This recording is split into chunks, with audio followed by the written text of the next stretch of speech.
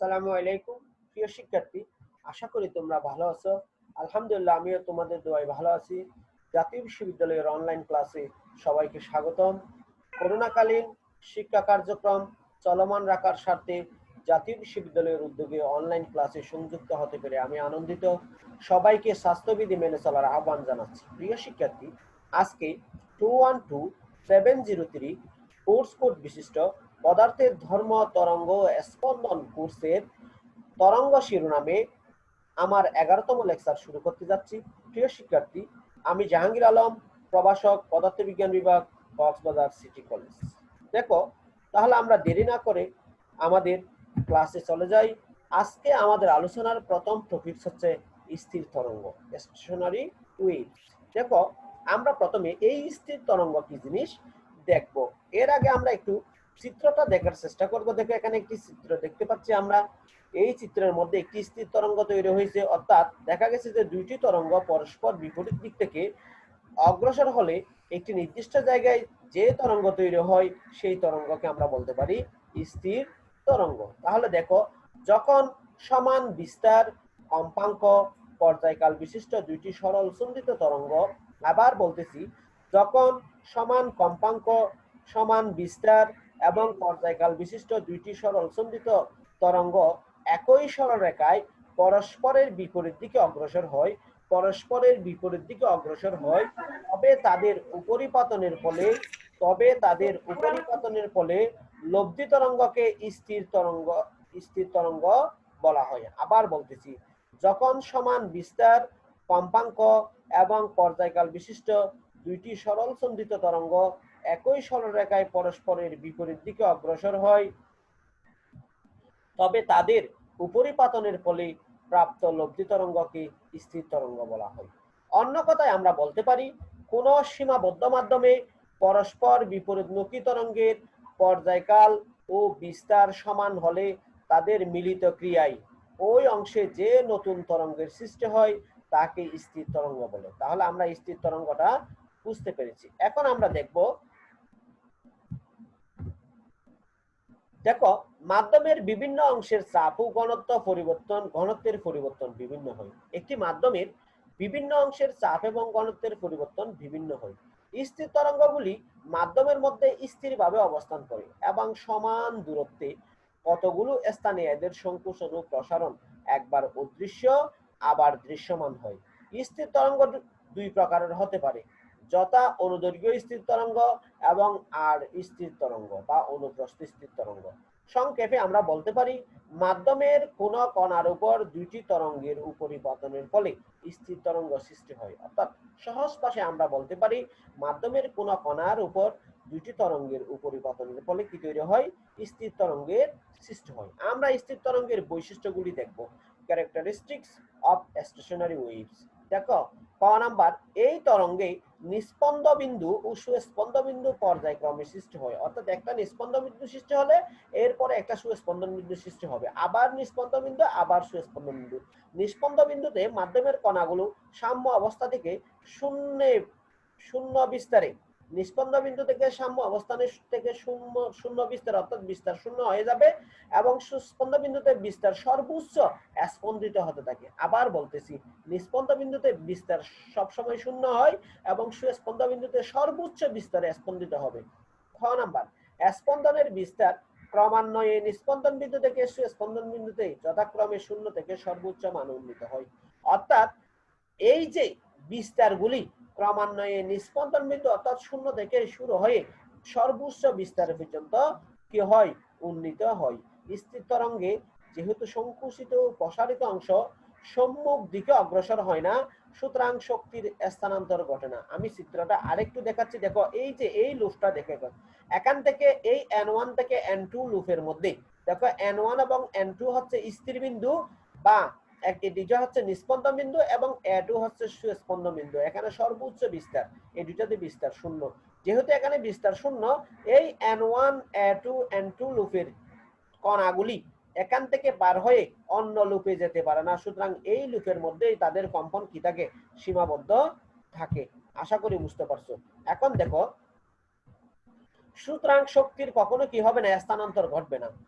Number সংকুচিত ও প্রসারিত অংশ পর্যায়ক্রমে একই স্থানে দৃশ্যমান ও অদৃশ্যমান হয়। সংকুচিত ও প্রসারিত অংশ অবশ্যই একই স্থানে প্রথমে দৃশ্যমান হলে পরে অদৃশ্যমান হবে, অর্থাৎ পর্যায়ক্রমে দৃশ্যমান এবং অদৃশ্যমান হবে। দুটি পাশাপাশি নিস্পন্দ বিন্দুর মধ্যকার দূরত্বকে অর্ধ তরঙ্গ দৈর্ঘ্য। দুইটি পাশাপাশি নিস্পন্দ বিন্দুর দূরত্ব, অর্থাৎ একটি নিস্পন্দ বিন্দু থেকে আরেকটি নিস্পন্দ বিন্দুর দূরত্ব হচ্ছে λ/2। অনুরূপভাবে দুটি সুস্পন্দ বিন্দুর মধ্যবর্তী দূরত্ব হচ্ছে λ/2। পাশাপাশি একটি নিস্পন্দ বিন্দু এবং একটি সুস্পন্দ বিন্দুর মধ্যবর্তী দূরত্ব হবে λ/4। আবার বলতেছি, দুইটি সুস্পন্দন বিন্দু বা দুইটি নিস্পন্দ বিন্দুর মধ্যবর্তী দূরত্ব হচ্ছে λ/2, আর একটি সুস্পন্দ বিন্দু এবং একটি নিস্পন্দ বিন্দুর মধ্যবর্তী দূরত্ব হচ্ছে λ/4। আমরা বলছিলাম যে একটি সুস্পন্দন বিন্দুর পর একটি নিস্পন্দন বিন্দু আসে, আবার একটি সুস্পন্দন বিন্দু আসে। তাহলে দুইটি সুস্পন্দন বিন্দুর দূরত্ব যদি λ/2 হয়, তাহলে তাদের মাঝখানে যেহেতু একটি নিস্পন্দন বিন্দু অবস্থান করে, সেহেতু নিস্পন্দন বিন্দু এবং সুস্পন্দন বিন্দুর মধ্যবর্তী দূরত্ব অবশ্যই λ/4 হবে। এখানে ল্যামডা হচ্ছে তরঙ্গ দৈর্ঘ্য।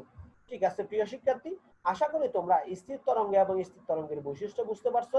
আমরা এখন স্থির তরঙ্গের রাশিমালা প্রতিপাদন করব, এক্সপ্রেশন অফ স্টেশনারি ওয়েভ। দেখো, আমি এখানে চিত্রে একটি স্থির তরঙ্গ দেখাইছি। এই স্থির তরঙ্গের মধ্যে a1 থেকে a2 পর্যন্ত হচ্ছে তরঙ্গ দৈর্ঘ্য ল্যামডা, a1 থেকে a2 পর্যন্ত তরঙ্গ দৈর্ঘ্য ল্যামডা। এখানে দেখো দুইটি তরঙ্গ, একটি ডিরেক্ট কালো রেখা দ্বারা দেখানো হয়েছে, আরেকটা ভাঙা ভাঙা রেখা দ্বারা দেখানো হয়েছে। কালো রেখাটা যদি a1 থেকে a1 থেকে এই যে a1 a3 পথে যায়, তাহলে ভাঙা ভাঙা তরঙ্গটা n3 a2 ইত্যাদি ইত্যাদি পথে যাচ্ছে। দেখো, তাহলে আমরা এখানে দেখতেছি যে দুইটি সমান এবং বিপরীত মুখী চলমান, দুইটি সমান বিস্তার, সমান কম্পাঙ্ক এবং সম তরঙ্গ দৈর্ঘ্য বিশিষ্ট দুইটি তরঙ্গ পরস্পর বিপরীত দিকে অগ্রসর হয়ে একটি নতুন তরঙ্গ বা লব্ধি তরঙ্গের উদ্ভব ঘটায়, সেটাকে আমরা স্থির তরঙ্গ বলি। মনে করি দৃঢ় কোনো বস্তুর সাথে একটি সুতার এক প্রান্ত শক্তভাবে আটকে অন্য প্রান্তটি হাত দিয়ে টেনে ধরে ধরা আছে। এবার হাতে ধরা প্রান্তটিকে উপরে নিচে ঝাঁকুনি দিলে সুতার মধ্য দিয়ে আর তরঙ্গ আটকানো প্রান্তের দিকে প্রবাহিত হবে। পরে এই প্রান্ত হতে তরঙ্গটি প্রতিফলিত হয়ে আবার পূর্বের দিকে ফেরত আসবে। এই পর্যায়ে পরস্পর বিপরীতমুখী দুটি তরঙ্গ পরস্পরের সাথে মিলিত হয়ে সুতার উপর একটি স্থির তরঙ্গমালার সৃষ্টি করে। মনে করি বা সুতায় n1 n2 n3 ইত্যাদি বিন্দুগুলোর সরণ নাই। দেখো n1 n2 n3 এই বিন্দুগুলির কোনো সরণ দেখতেছি না। এই বিন্দুগুলির সরণ বা বিস্তার শূন্য। এইগুলিকে নিস্পন্দন বিন্দু বলে। আবার a2 a1 a2 a3 a1 a2 a3 যে বিন্দুগুলি দেখতেছি, এগুলির কিন্তু সরণ ঘটতেছে। এই সরণটা দেখো সাম্য অবস্থান থেকে সর্বাধিক সরণ, সাম্য অবস্থান থেকে কি সরণ? সর্বাধিক সরণ। তাই এই বিন্দুগুলিকে সুস্পন্দন বিন্দু বলা হয়। মনে করলাম ক্যাপিটাল এক্স অক্ষের পজিটিভ দিকে অগ্রসরমান সচল তরঙ্গের সমীকরণ। সচল তরঙ্গ মানে হচ্ছে যে অগ্রগামী তরঙ্গ। অগ্রগামী তরঙ্গের সমীকরণকে আমরা লিখতে পারি y1 সমান a sin omega t minus x by b। t minus কি? x by b। এখানে a হলো তরঙ্গের বিস্তার, ওমেগা কৌণিক বেগ, b হচ্ছে তরঙ্গের বেগ। তাহলে x অক্ষের নেগেটিভ দিকে অগ্রসরমান সচল তরঙ্গের সমীকরণ হবে y2 সমান a sin omega t plus x by b। যদি x অক্ষের ধনাত্মক দিকে a sin omega t minus x by b হয়, ঋণাত্মক দিকে হবে a sin omega t plus a sin omega into t plus x by b। উপরিপাতনের নীতি অনুযায়ী এই দুটি তরঙ্গের জন্য কণার লব্ধি সরণ y সমান y1 প্লাস y2, y সমান y1 প্লাস y2। তাহলে দেখো, আমরা লিখতে পারি y1 এর মান হচ্ছে a sin y1 এর মান হচ্ছে a sin omega t into, দেখো a sin omega into t minus x by v plus a sin omega into t plus x by v। y1 এর মান পাইছি a sin omega into t minus x by v। এখানে একটা t আছে, এই টিটা থাকবে না, এই টিটা কিন্তু এখানে ভিতরে বন্ধনীটা প্রিন্টিং মিস্টেক, তাহলে a sin omega into t minus x by b plus a sin omega into t plus x by b. এখান থেকে a যদি কমন নিয়ে নিই তাহলে আমাদের থাকবে a sin omega into t minus x by b plus sine omega into t plus x by b. আমরা এখানে sine c plus sine d এর সূত্র প্রয়োগ করলে এই সমীকরণটা আমাদের দাঁড়াবে 2a sin omega into t minus x by b plus t plus x by v by 2 cos omega into t minus x by v minus t plus x by v by 2। এখন দেখো আমরা যদি এখানে calculate করি, হিসাব নিকাশ করি, তাহলে এখান থেকে আমরা মান পাবো 2a sin omega t cos omega x by v. আবার বলতেছি এই টোটাল সমীকরণটাকে যদি আমরা ক্যালকুলেট করি এখান থেকে আমরা পাবো 2a sin omega t into cos omega x by v. এখন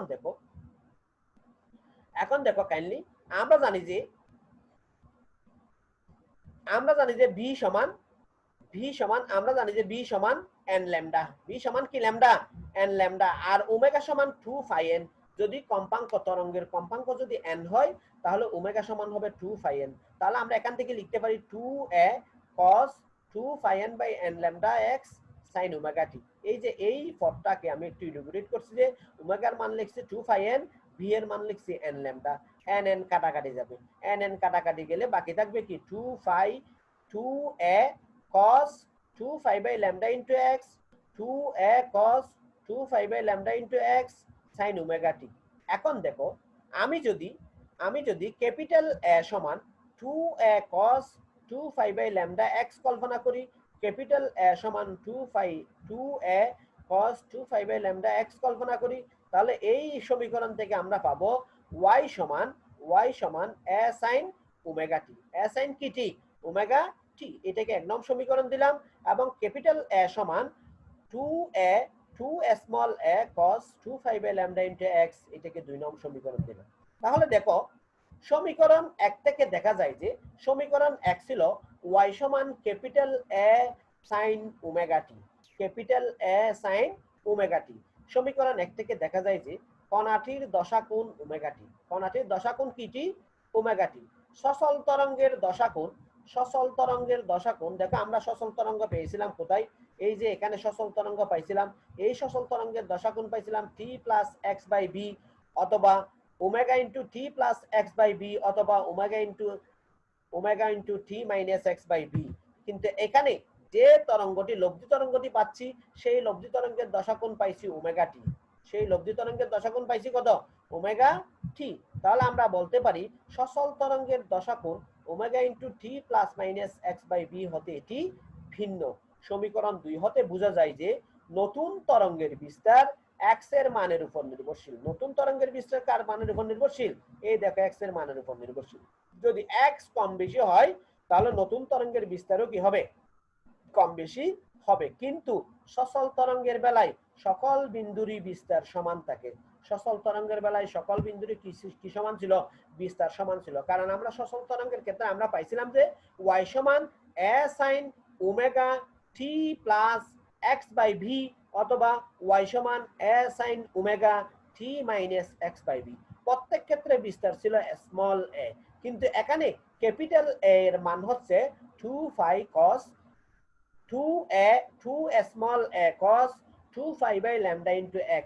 x কিন্তু পরিবর্তনশীল রাশি, x পরিবর্তনশীল রাশি হওয়ার কারণে ক্যাপিটাল A এর মানও কি হবে? পরিবর্তন হবে। সেজন্য আমরা বলতে পারি যে 2 নং সমীকরণ থেকে বলতে পারি যে নতুন তরঙ্গের বিস্তার x এর উপর নির্ভরশীল।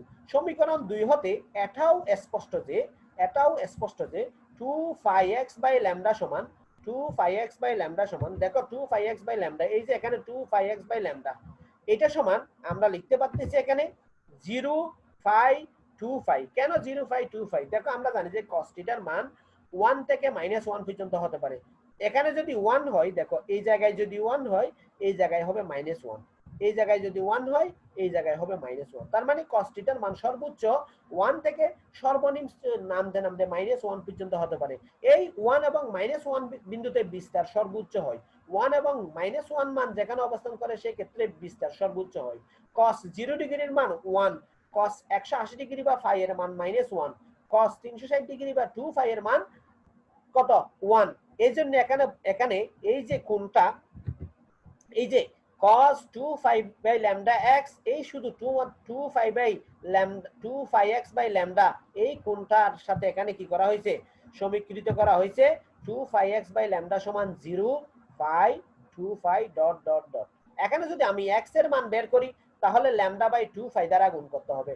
lambda by 2 phi দ্বারা গুণ করলে বাম পাশের 2 phi by lambda এবং lambda by 2 phi চলে যাবে, এদিকে থাকবে 0 lambda by 2, 2 lambda by 2 ইত্যাদি ইত্যাদি বেলায় বিস্তার প্লাস মাইনাস 2a হবে ইত্যাদি। এই সমস্ত বিন্দুতে অর্থাৎ x সমান 0 বিন্দুতে এবং lambda by 2 বিন্দুতে, 2 lambda by 2 বিন্দুতে বা ইত্যাদি ইত্যাদি বিন্দুতে ক্যাপিটাল A এর মান বা লব্ধি তরঙ্গের বিস্তার সর্বাধিক হবে।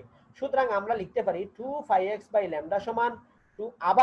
আবার দেখো, আবার আমরা দেখতেছি যে এই যে n বিন্দুতে বিস্তার 0, এখানে n বিন্দুতে বিস্তার 0, অর্থাৎ cos 0 ডিগ্রির মান cos θ এর মান যদি 0 হয়, cos θ এর মান যদি 0 হয় সেই ক্ষেত্রে বিস্তার 0 হয়ে যাবে। কেমনে দেখো, এই যে আমরা এখানে a সমান 2a cos 2 phi by lambda, এই cos θ এর মান যদি cos 2 phi by lambda into x এর মান যদি 0 হয় তাহলে এই ডান পাশ পুরোটাই 0 হয়ে যাবে, অর্থাৎ a সমান 0 হয়ে যাবে।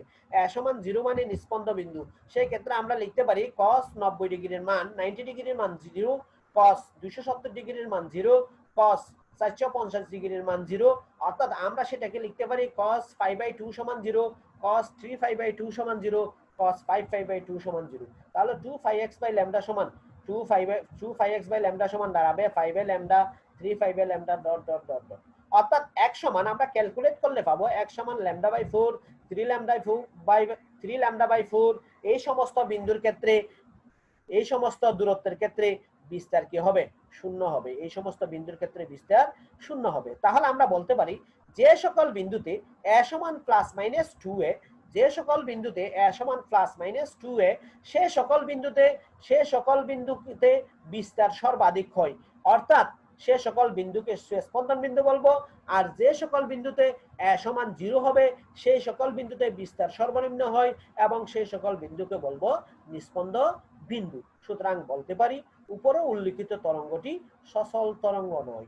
উপরে উল্লেখিত অর্থাৎ এই তরঙ্গটি সচল তরঙ্গ নয়, এটি একটি স্থির তরঙ্গ। এটি একটি কি তরঙ্গ, স্থির তরঙ্গ। আশা করি তোমরা স্থির তরঙ্গের বৈশিষ্ট্য, স্থির তরঙ্গের গাণিতিক রাশিমালা এবং স্পন্দ বিন্দু ও নিস্পন্দ বিন্দু মোটামুটি ভালো করে বুঝতে পেরেছো কিনা?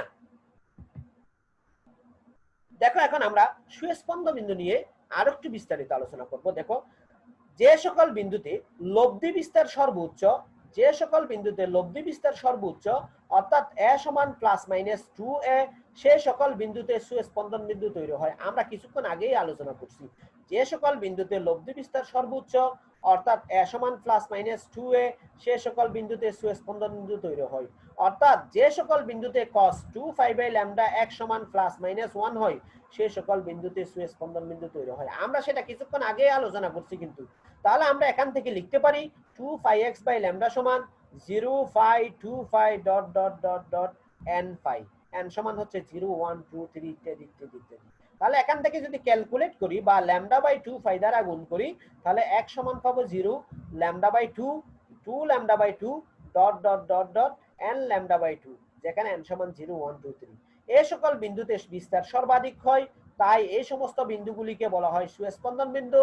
আর নিস্পন্দন বিন্দুর ক্ষেত্রে যে সকল বিন্দুতে বিস্তার সর্বনিম্ন অর্থাৎ ক্যাপিটাল A এর মান 0 হবে সে সকল বিন্দুতে নিস্পন্দন বিন্দু তৈরি হবে বা সে সকল বিন্দুকে নিস্পন্দন বিন্দু বলা হবে। অর্থাৎ যে সকল বিন্দুতে cos 2 phi x by lambda সমান 0 হবে সে সকল বিন্দুতে নিস্পন্দন বিন্দু তৈরি হবে।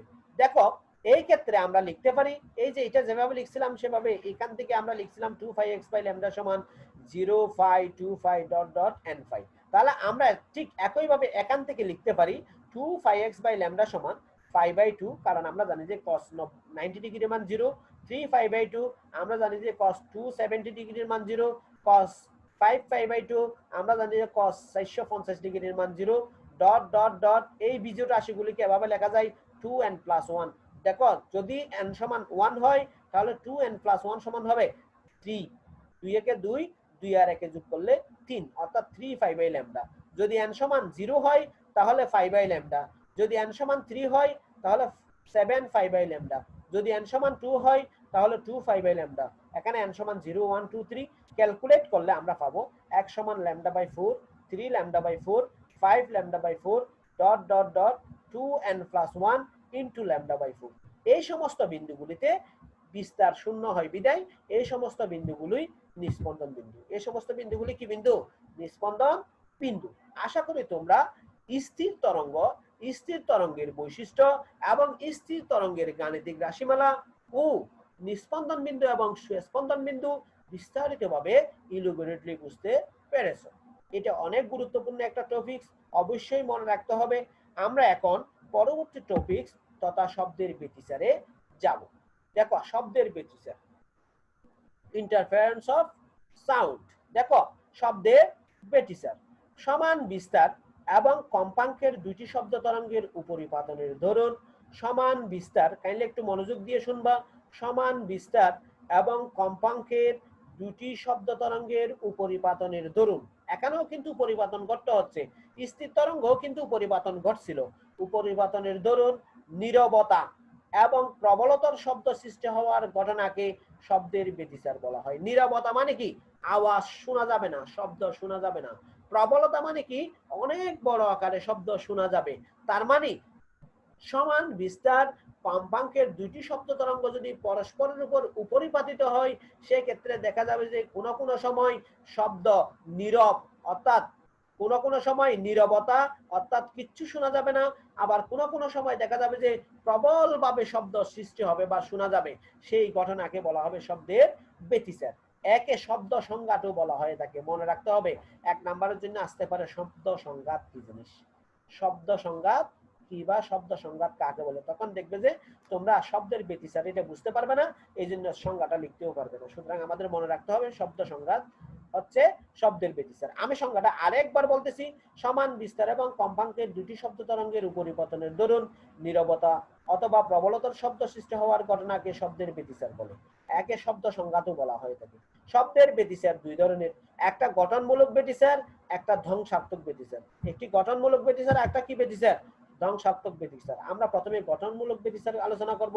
দেখো গঠনমূলক ব্যতিচার দুইটি ক্ষেত্রে হয়, আর তরঙ্গের ক্ষেত্রে এবং লম্বিক তরঙ্গের ক্ষেত্রে। আমরা অনুপ্রস্থ তরঙ্গ পেয়েছিলাম, অনুদৈর্ঘ্য তরঙ্গ পেয়েছিলাম।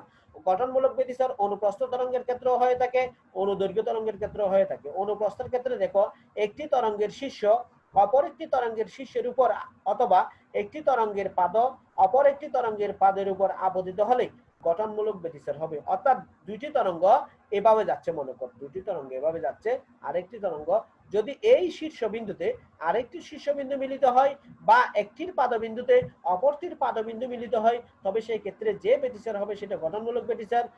আর তরঙ্গের ক্ষেত্রে অথবা লম্বিক তরঙ্গের ক্ষেত্রে আমরা দেখব একটি তরঙ্গের সংকুশন অংশ অপর একটি তরঙ্গের সংকুশন অংশের সাথে এবং অথবা একটি তরঙ্গের প্রসারণ অংশ অন্য একটি তরঙ্গের প্রসারণ অংশের উপর আপতিত হলে, দেখো আমরা জানি যে লম্বিক তরঙ্গ সংকুশন প্রসারণের মাধ্যমে সামনে গতিশীল হয়। তাহলে সংকুশনের সাথে যদি সংকুশন মিলিত হয় বা প্রসারণের সাথে যদি প্রসারণ মিলিত হয় সেই ক্ষেত্রে যে তরঙ্গে যে ব্যতিচার সৃষ্টি হয় সেটা হবে লম্বিক তরঙ্গের ক্ষেত্রে গঠনমূলক ব্যতিচার। এবার আমরা ধ্বংসাত্মক ব্যতিচার দেখব। শব্দের ব্যতিচারে আদৌ কোনো শব্দ উৎপন্ন হয় না, শব্দের ব্যতিচারে আদৌ কোন শব্দ উৎপন্ন না হলে তাকে শব্দের ধ্বংসাত্মক ব্যতিচার বলা হয়। যদি শব্দ উৎপন্ন না হয় ব্যতিচার ঘটার কারণে তখন সেটাকে আমরা বলবো ধ্বংসাত্মক ব্যতিচার। এটাও দুই ক্ষেত্রে হয়ে থাকে, একটা আর তরঙ্গের ক্ষেত্রে আর একটা লম্বিক তরঙ্গের ক্ষেত্রে। একটি তরঙ্গের শীর্ষ যদি অপর একটি তরঙ্গের পাদের সাথে মিলিত হয়, অর্থাৎ পরস্পর বিপরীত বিন্দু যদি একই সাথে মিলিত হয়, পাদ শীর্ষ, একটির পাদ আর একটির শীর্ষ যদি মিলিত হয় অথবা একটি তরঙ্গের পাদ অন্যটির শীর্ষ অথবা অন্যটির শীর্ষ একটির পাদর সাথে মিলিত হয় তখন যে তরঙ্গ করবে তাকে আর তরঙ্গের ধ্বংসাত্মক ব্যতিচার বলা হবে। লম্বিক তরঙ্গের ক্ষেত্রে একটি তরঙ্গের সংকুচন অংশ অপর তরঙ্গের প্রসারণ অংশের উপর অথবা একটি তরঙ্গের প্রসারণ অংশ অপর তরঙ্গের সংকুচন অংশের উপর আপতিত হলে ধ্বংসাত্মক ব্যতিচার হবে। শব্দের ব্যতিচার হওয়ার শর্তাবলী একটু আমরা দেখব। দেখো 1 নম্বর শর্ত হচ্ছে ব্যতিচার সৃষ্টিকারী তরঙ্গ দুটির বিস্তার সমান হতে হবে। 2 নম্বর হচ্ছে ব্যতিচার সৃষ্টিকারী তরঙ্গ দুটির কম্পাঙ্ক সমান হতে হবে। 3 নম্বর হচ্ছে প্রত্যেকটি তরঙ্গ দ্বারা সৃষ্ট সরণ একই সরলরেখা বরাবর বা একই রেখা বরাবর হতে হবে। 4 নম্বর প্রাবল্যের দিক দিয়ে তরঙ্গ দুটি একই রূপ হতে হবে। 5 নম্বর গঠনমূলক ব্যতিচারের ক্ষেত্রে তরঙ্গ দুটির মধ্যকার পথপার্থক্য শূন্য। গঠনমূলক ব্যতিচারের ক্ষেত্রে পথপার্থক্য শূন্য অথবা λ/2 এর জোড় গুণিতক হতে হবে। আবার বলতেছি, গঠনমূলক ব্যতিচারের ক্ষেত্রে তরঙ্গ দুটির মধ্যকার পথপার্থক্য শূন্য অথবা λ/2 এর জোড় গুণিতক হতে হবে। অর্থাৎ 2λ/2, 4λ/2, 6λ/2 এভাবে হতে হবে। ধ্বংসাত্মক ব্যতিচার বা বিনাশী ব্যতিচারের ক্ষেত্রে তরঙ্গ দুটির মধ্যকার পথপার্থক্য λ/2 এর বিজোড় গুণিতক হতে হবে। λ/2 এর কি গুণিতক হতে হবে? বিজোড় গুণিতক। অর্থাৎ 1λ/2, 3λ/2, 5λ/2 ইত্যাদি। এখন আমরা শব্দের ব্যতিচার সৃষ্টি নির্ধারণ করব, অর্থাৎ শব্দের ব্যতিচারের রাশিমালা তৈরি করব। দেখো আমরা একটা চিত্র দেখতে পাচ্ছি। এখানে S1 উৎস থেকে একটি তরঙ্গ যাচ্ছে, S2 উৎস থেকে আরেকটি তরঙ্গ যাচ্ছে। এই S1 উৎস এবং S2 উৎস থেকে তরঙ্গ দুটি পরস্পর ও বিন্দুতে উপরিপাতিত হয়। মনে করি S1 এবং S2 দুটি তরঙ্গ উৎস। ধরি এই দুটি তরঙ্গ উৎস হতে একই বিস্তার ও কম্পাঙ্কের দুটি শব্দ তরঙ্গ উৎপন্ন হয়ে মাধ্যমের মধ্যে কোনো একটি বিন্দু ও তে পৌঁছায়। চিত্র অনুযায়ী আমরা লিখতে পারি তরঙ্গদ্বয়ের পথপার্থক্য। দেখো S2U মাইনাস S1U। তরঙ্গদ্বয়ের পথপার্থক্য যদি x হয়, দেখো আমি S1 থেকে S2 এর উপর লম্ব টানলে S1P হবে। এই S1P যদি আমি লম্ব টানি সেই ক্ষেত্রে S1U এবং PU পরস্পর সমান হবে।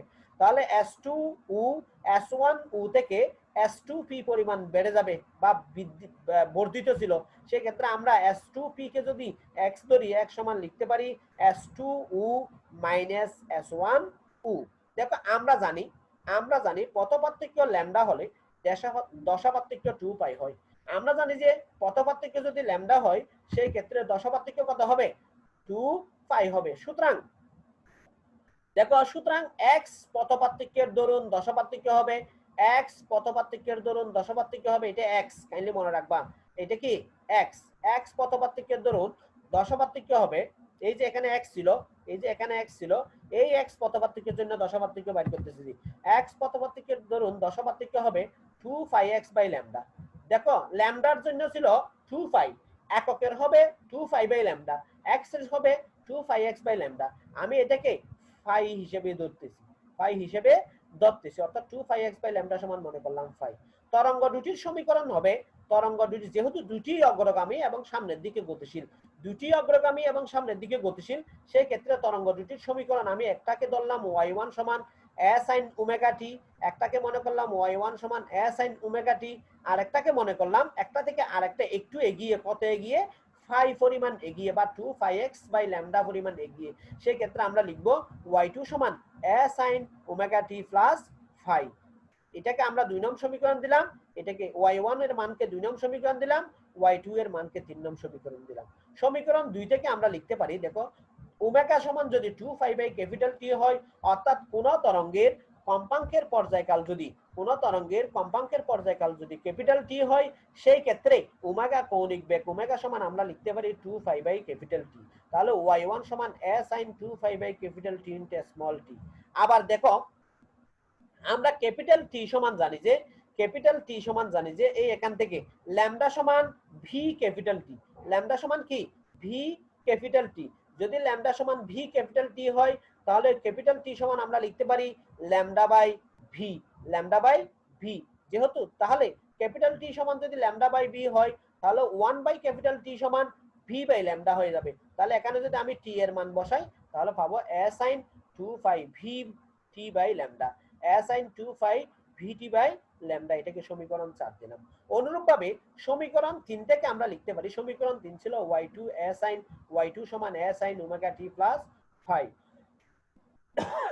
এখন দেখো y2 সমান a sin omega t plus phi.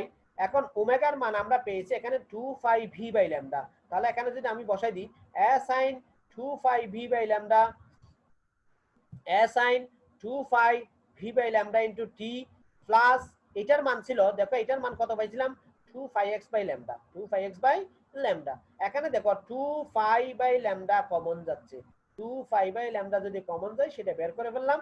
লিখতে পারি আমরা y2 সমান a sin 2 phi by lambda, a sin 2 phi by lambda x into a sin 2 phi by lambda into x plus vt, x plus vt বা vt plus x লিখতে পারি। এটাকে আমরা 5 নং সমীকরণ দিলাম। এখন দেখো তরঙ্গ দুটি উ বিন্দুতে আপতিত হলে, তরঙ্গ দুটি উ বিন্দুতে যদি কি হয় আপতিত হয় বা উপরিপাতিত হয়, সেই ক্ষেত্রে সেখানে একটি লব্ধি সরণ তৈরি করবে, লব্ধি সরণ তৈরি করবে। উপরিপাতনের ফলে যদি লব্ধি সরণ তৈরি করে, সেই ক্ষেত্রে আমরা জানি যে লব্ধি সরণ যদি y হয়, y সমান আমরা লিখতে পারি y1 plus y2, y1 plus কি 2 y2। বুঝতে পারতেছো? স্যার y সমান y1 প্লাস y2 হলে আমরা y1 এর মান পাচ্ছি a sin 2 phi v by lambda into t plus y2 এর মান পাচ্ছি a sin 2 phi by lambda into x plus vt। দেখো এখানেও a আছে, এখানেও a আছে, a দুটি আমরা কি করব কমন নেব। a দুটি যদি আমরা কমন নেই তাহলে সেই ক্ষেত্রে আমরা কি পাই, দেখো a sin 2 phi by lambda bt plus a sin 2 phi by lambda bt plus x। দেখো আমরা যদি এখানে, তাহলে এখানে যদি আমি এটা কমন নিয়ে নিই তাহলে এখানে থাকবে sin 2 phi by lambda bt plus sin 2 phi by lambda vt plus x। এখন দেখো তাহলে sin, এখানে আমরা একটা সমীকরণ পাচ্ছি, কমন নেওয়ার পর একটা সমীকরণ পাচ্ছি। এই সমীকরণটা হবে sin 2 phi by lambda bt plus একটি ত্রিকোণমিতিক সূত্র পাচ্ছি যেটা হচ্ছে sin 2 phi by lambda bt plus sin 2 phi by lambda bt plus x। আমি যদি 2 phi by lambda vt সমান ক্যাপিটাল A কল্পনা করি এবং 2 phi by lambda vt plus x সমান ক্যাপিটাল B কল্পনা করি, তাহলে সূত্রটা দাঁড়াবে এরকম sin A plus sin B। আমরা জানি যে sin A plus sin B সমান 2 sin A plus B by 2 into cos A minus B by 2। তাহলে এখান থেকে আমরা লিখতে পারি 2A sin 2 phi by lambda, কারণ 2 phi by lambda সবখানেই আছে এজন্য কমন নিয়ে নিলাম। এখানে vt A মানে vt প্লাস এখানে b মানে vt প্লাস x ছিল, তাহলে আমার থাকবে vt plus x by 2 cos 2 phi by lambda। আমরা আগের মতন এই দুইটা টার্ম থেকে 2 phi by lambda কমন নিলাম, এটা বিয়োগ এটা হবে vt minus vt plus x, minus দিয়ে vt plus x কে গুণ করলে আমরা পাবো vt minus x, vt চলে যাবে। তাহলে আমরা এখানে পাবো টোটাল, দেখো vt minus x by 2। এখান থেকে আমরা পরের লাইনে আমরা লিখতে পারতেছি 2a sin 2 phi by lambda। দেখো এখানে vt যোগ করলে 2vt, তাহলে 2vt plus x হতো। এটাকে যদি আমি একটু সেপারেট করে ফেলি তাহলে লিখতে পারতাম 2vt by 2 plus x by 2।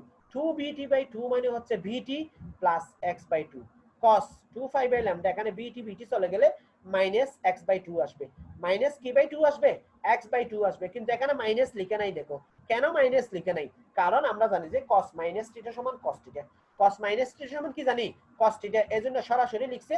সুতরাং এই লাইনটাকে আমরা আবার পড়তে পারি 2a sin 2 phi by lambda bt plus x by 2 into cos 2 phi by lambda x by 2। এখন দেখো a sin, আমি যদি 2a cos 2 phi by lambda into x by 2 কে আবার বলতেছি 2 small a cos 2 phi by lambda into x by 2 K capital A ধরি, সেই ক্ষেত্রে এখান থেকে লিখতে পারি a sin 2 phi by lambda vt plus x by 2। এটাকে সমীকরণ 6 দিলাম। এই সমীকরণ 6 হচ্ছে সরল দুলগতির সমীকরণ। কিসের সমীকরণ? সরল দুলগতির সমীকরণ। এবং a হচ্ছে এই গতির সমীকরণটির বা এই তরঙ্গটির বিস্তার। এখানে a ধরছিলাম কত 2 small a cos 2 phi by lambda into x by 2। এই সমীকরণ অনুযায়ী লব্ধি তরঙ্গের বিস্তার হচ্ছে ক্যাপিটাল A সমান 2 small a cos 2 phi by lambda into x by 2। এটা হচ্ছে সমীকরণ 7। দেখো এখানে লব্ধি তরঙ্গের বিস্তার পথপার্থক্য x এর উপর নির্ভরশীল কিনা, পথপার্থক্যের x এর উপর কি করতেছে বিস্তারটা নির্ভর করতেছে। সুতরাং আমরা লিখতে পারি যখন cos 2 phi by lambda into x by 2 cos 2 phi by lambda into x by 2 সমান প্লাস মাইনাস 1 হবে, যখন cos 2 phi by lambda into x by 2 সমান প্লাস মাইনাস 1 হবে, অর্থাৎ 2 5 by lambda into x by 2 সমান 2 5 বাই ল্যামডা 2 5 বাই ল্যামডা। দেখো 2 5 by lambda into x by 2 সমান কি আসবে 0 5 2 5 ডট ডট n হবে। এখানে এই মাঝখানে 2 5 বাই ল্যামডাটা হবে না, কাইন্ডলি একটু মনোযোগ দিয়ে দেখিও। এই 2 5 বাই ল্যামডাটা হবে না। 2 5 by lambda into x by 2 সমান যদি 0 5 2 5 ডট ডট n 5 হয়, তবে সেই ক্ষেত্রে আমরা ক্যালকুলেট করলে x সমান পাবো 0 2 lambda by 2 4 lambda by 2 dot dot dot 2 n lambda by 2। এখানে n সমান হচ্ছে 0 1 2 3। তখন লব্ধি তরঙ্গের বিস্তার কি হবে? সর্বাধিক হবে। অর্থাৎ x সমান 0 2 ল্যামডা বাই 2 4 ল্যামডা বাই 2 ইত্যাদি বিন্দুতে বিস্তার সর্বোচ্চ হবে এবং এই বিস্তারের মান হবে a সমান প্লাস মাইনাস 2a, a সমান প্লাস মাইনাস 2a। সুতরাং এই পর্যায়ে গঠনমূলক ব্যতিচার সৃষ্টি হবে। এই পর্যায়ে কোন মূলক ব্যতিচার সৃষ্টি হবে? গঠনমূলক ব্যতিচার সৃষ্টি হবে।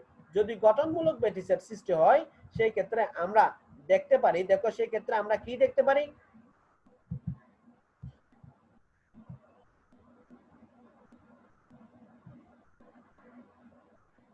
দেখো গঠনমূলক ব্যতিচার সৃষ্টি হলে আমরা দেখতে পারি, অর্থাৎ আমরা দেখতেছি যে x সমান 0 2 lambda by 2 4 lambda by 2 dot dot 2 n lambda by 2 এই সমস্ত বিন্দুতে এই সমস্ত পথপার্থক্য কি সৃষ্টি হয়? গঠনমূলক ব্যতিচার সৃষ্টি হয়। আবার যখন cos 2 5 by lambda into x by 2 সমান 0 হবে, অর্থাৎ বিস্তারের ক্ষেত্রে এই cos থিটার মান বা cos 2 5 by lambda into x by 2 এর মান 0 হবে। সেই ক্ষেত্রে আমরা লিখতে পারি 2 5 by lambda into x by 2 সমান 2 5 by lambda into x by 2 সমান, আমরা এই টার্মটা হিসাব করব। দেখো 5 by 2 3 5 by 2 5 by 2 3 5 by 2 dot dot dot 2n plus 1 into 5 by 2, কারণ আমরা বিজোড় সংখ্যাকে 2n প্লাস 1 দ্বারা লিখতে পারি। দেখো এখানে 2 2 কাটাকাটি গেলে এখানে 5x বাই ল্যামডা আসবে। এখানেও কিন্তু 2 2 কাটাকাটি গেলে 5x বাই ল্যামডা আসতো, কিন্তু এখানে 2 5 বাই ল্যামডা লিখছে, এই জন্য এই পদটা আমি বাদ দিতে বলছিলাম। বুঝা গেছে? এখানে কিন্তু বাদ দেওয়ার দরকার নেই, এখানে আমরা ক্যালকুলেট করলে আমরা 5x বাই ল্যামডা পাবো। তার মানে 2 5 by lambda into x by 2 সমান 5x বাই ল্যামডা সমান 5 by 2 3 5 by 2 dot dot dot ইত্যাদি। অর্থাৎ ক্যালকুলেট করলে আমরা পাবো x সমান lambda by 2 3 lambda by 2 5 lambda by 2 dot dot dot 2n plus 1 into lambda by 2, যেখানে n সমান 0 1 2। তখন লব্ধি তরঙ্গের বিস্তার সর্বনিম্ন হবে এবং a এর মান 0 হবে। a এর মান কি হবে? 0 হবে এবং এই পর্যায়ে ধ্বংসাত্মক ব্যতিচারের সৃষ্টি হবে। তাহলে আমরা দেখতে পাচ্ছি যে লব্ধি তরঙ্গের বিস্তার সর্বাপেক্ষা বেশি, অর্থাৎ প্রাবল্য সর্বাধিক হবে। লব্ধি তরঙ্গের বিস্তার সর্বাপেক্ষা বেশি অর্থাৎ প্রাবল্য সর্বাধিক হবে যখন তরঙ্গ দুটির মধ্যকার পথপার্থক্য হবে ল্যামডা বাই 2 এর জোড় গুণিতক। দেখো এখানে আমরা 0 অথবা ল্যামডা বাই 2 এর জোড় গুণিতক পেয়েছি।